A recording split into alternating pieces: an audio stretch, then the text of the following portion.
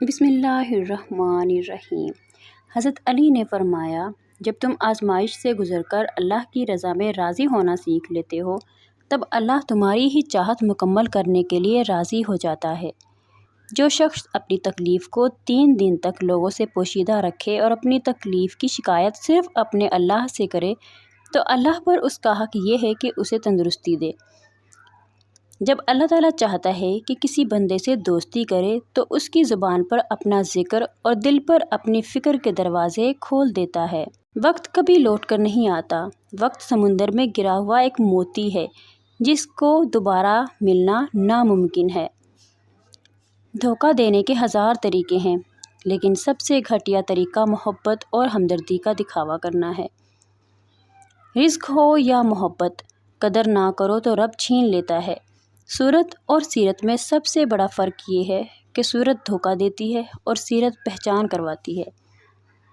اگر کوئی تم سے پوچھے بتاؤ زندگی کیا ہے، تو تم ہتھیلی پر ذرا سی خاک رکھنا اور اسے اڑا دینا۔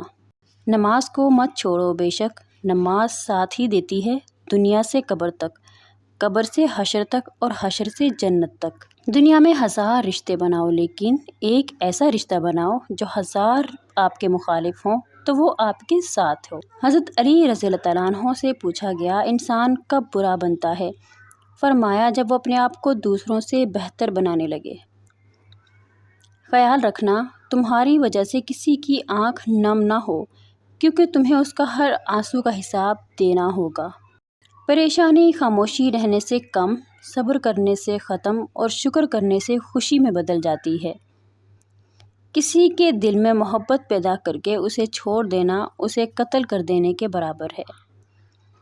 انسان اپنی توہین تو معاف کر سکتا ہے مگر بھول نہیں سکتا۔ کسی کو تم دل سے چاہو اور وہ تمہاری قدر نہ کرے تو یہ اس کی بد نصیبی ہے، تمہاری نہیں۔ 3 چیزیں ایمان کو تباہ کر دیتی ہیں: امیروں کی محفل، عورتوں کی صحبت اور جاہلوں سے بحث۔ جسمانی رشتے مختصر زندگی تک محدود ہوتے ہیں، آخرت میں ہم ان کے ساتھ ہوں گے جن سے روحانی محبت ہوگی۔ انسان بزدل اتنا ہے کہ سوتے ہوئے خواب میں بھی ڈر جاتا ہے، اور بے وقوف اتنا ہے کہ جاگتے ہوئے اللہ سے نہیں ڈرتا۔